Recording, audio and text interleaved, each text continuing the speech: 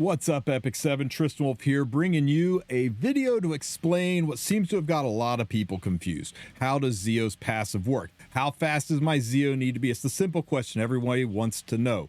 How fast do I have to make Zeo?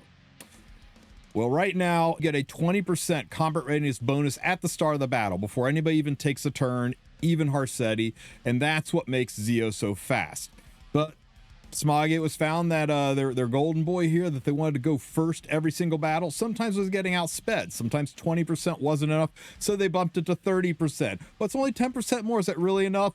Yeah, yes, it's significant. So I'm going to break it down. First, a couple of things that are misunderstood is the difference between combat readiness and speed. You see, when you're in a fight, your speed is how fast you move. This Zeo is going to move like a 174 speed Zeo, and this Zeo is going to move like a 267 speed Zeo. Meaning, if somebody else is 268 speed, they're going to move slightly faster than me as units take turns and you watch units travel down the CR bar.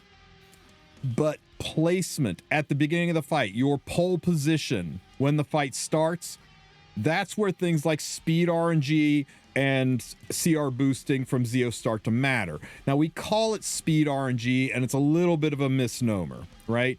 Your combat readiness placement at the start of the battle is fundamentally based off your speed. If you took CR out of the picture, then a unit that is 200 speed would be at the top of the CR bar. That means any unit on your team that's 100 speed would be at the 50% mark on the CR bar. It's as simple as that. Now, speed RNG means that you have a 200 speed unit and you have a 180 speed unit, right? And that would normally be at the 100% mark, and then the 180 speed would be at the 90% mark. But because speed RNG exists, they can move up or down 5%. That top unit could get terrible speed RNG and would have been pulled down 5%, which would put that 190 speed unit at the 95% mark. Once they start moving, the 200 speed unit is going to move 10% faster than the 190 speed unit, and you'll see the gap between them widen as they travel. Speed RNG does not actually change your speed. It only changes your speed for the placement on the CR bar, and Zeo is the same way.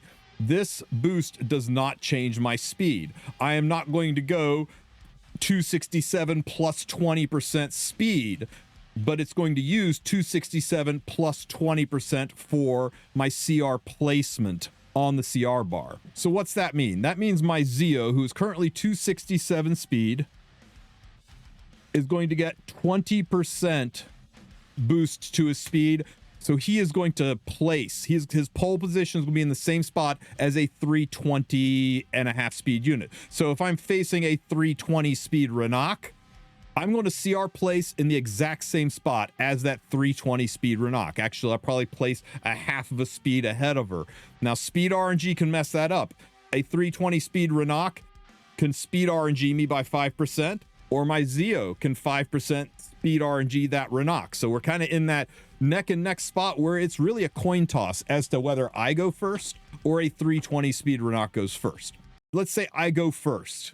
I go right before that Renak goes, and then the Renak takes a turn. You're going to notice us both be at the top of the CR bar, and then that Renak is going to be shooting way down the bar faster than my Zeo, because after that pole position placement's done, that Renak is still 320 speed, still moving 320 speed. My Zeo is 267 speed, moving like a 267 speed Zeo. But math, nobody likes math. I still think our high school algebra teachers reached out to Smilegate and convinced them to come up with these kind of things to trick us into doing math so that they would be right when they said we'll use this in real life. So instead of making you have to go, okay, I'll take the speed, I'll add 5%, and then I'll take 30% away to figure out my Zeo speed, I just made a handy dandy little chart for you. So here you go. As simple as it gets. If your Zeo speed is, let's go over here and look at this 225 column. If you make your Zeo 225 speed, he will move like a 225 speed unit, but he will pole position. He will place on the CR bar exactly like a 321.4 speed unit. So if there is a 321 speed Renak out there, and you take a 225 Zeo after the buff, this is all after the buff, then with no speed RNG at all, you will place in the exact same spot as a 321.5 speed Renok, or 321.5 speed Ahmed, etc., etc. But speed RNG is a thing. And when it comes to cleaving or using your Zeo, you don't want to be outsped. You don't want that 5% to matter. So this green column is with the 5% factored in. And what this means is if you're of a 225 speed Zeo, it is fundamentally impossible for any unit with 306.1 speed or slower to be able to outspeed you. So you will always outspeed a 306 speed Renok, because you will functionally be 306.1 speed at this. So you will always outspeed a 306 speed Renok, and you will have a 50-50 shot at outspeeding a 321.4 speed Renok. Savvy? So the math is down at the bottom. If you want to do the math, you can use this equation down at the bottom. Take Zeo speed, divide it by 0.7 to get your equivalent speed to the fastest unit on the CR bar, and then you can take 5% off of that, to 5% off the yellow column to get the adjusted speed. So what does this mean? If you want to always beat a 320 speed Renok, if you always want to make sure a 320 speed Renok never beats you, well, right here, 236 speed is 321 speed Zeo as far as CR placement goes. After that first turn goes, you're going to move like a 236 speed unit. You're not going to move like a 320 speed. You're going to move like a 230 speed unit down the CR bar. But the pole position, that starting position, you will start as if Zeo had 337 speed, which after the worst possible speed RNG would place him at 321 speed. So it is impossible for a 321 speed Renok to outspeed you. A 322 speed Renok is a tiny little chance a 322 speed Renok could outspeed you, but it's freaking infinitesimal.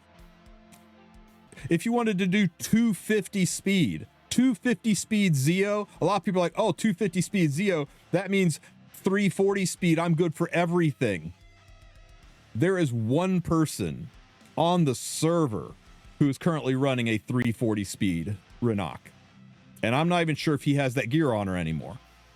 There are only 3 people on the server running a 330 speed Renok based on the Fribbles hero library. Now, people can move gear around. Things can change overnight. That kind of stuff happens. I'm just wanting you to realize how uncommon it is.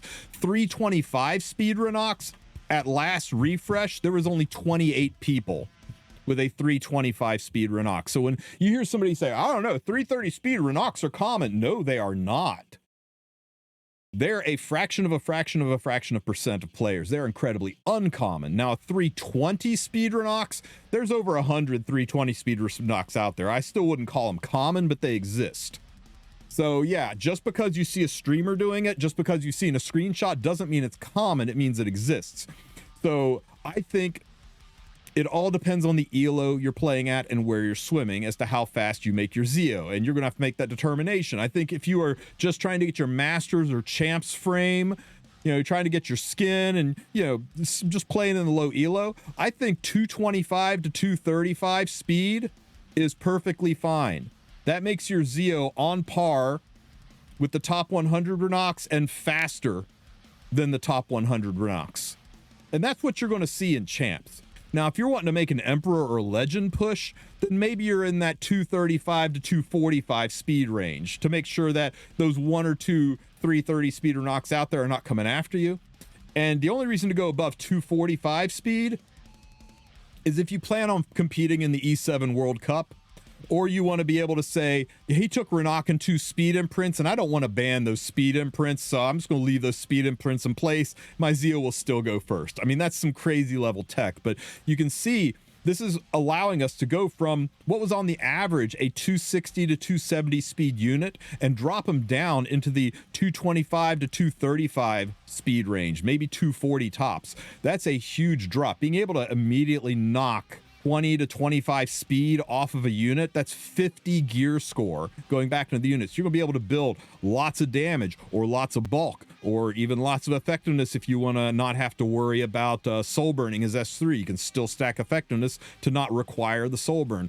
There's a lot of builds that are opening up for Zeo, and basically gone are the days when somebody says my Zeo got outsped. If your Zeo got outsped, you only have yourself to blame when 220 to 240 range lets you outspeed pretty much everything in the game, pretty stably, and 240 lets you outspeed everything in the game with the exception of 1 or 2 World Cup contender monsters.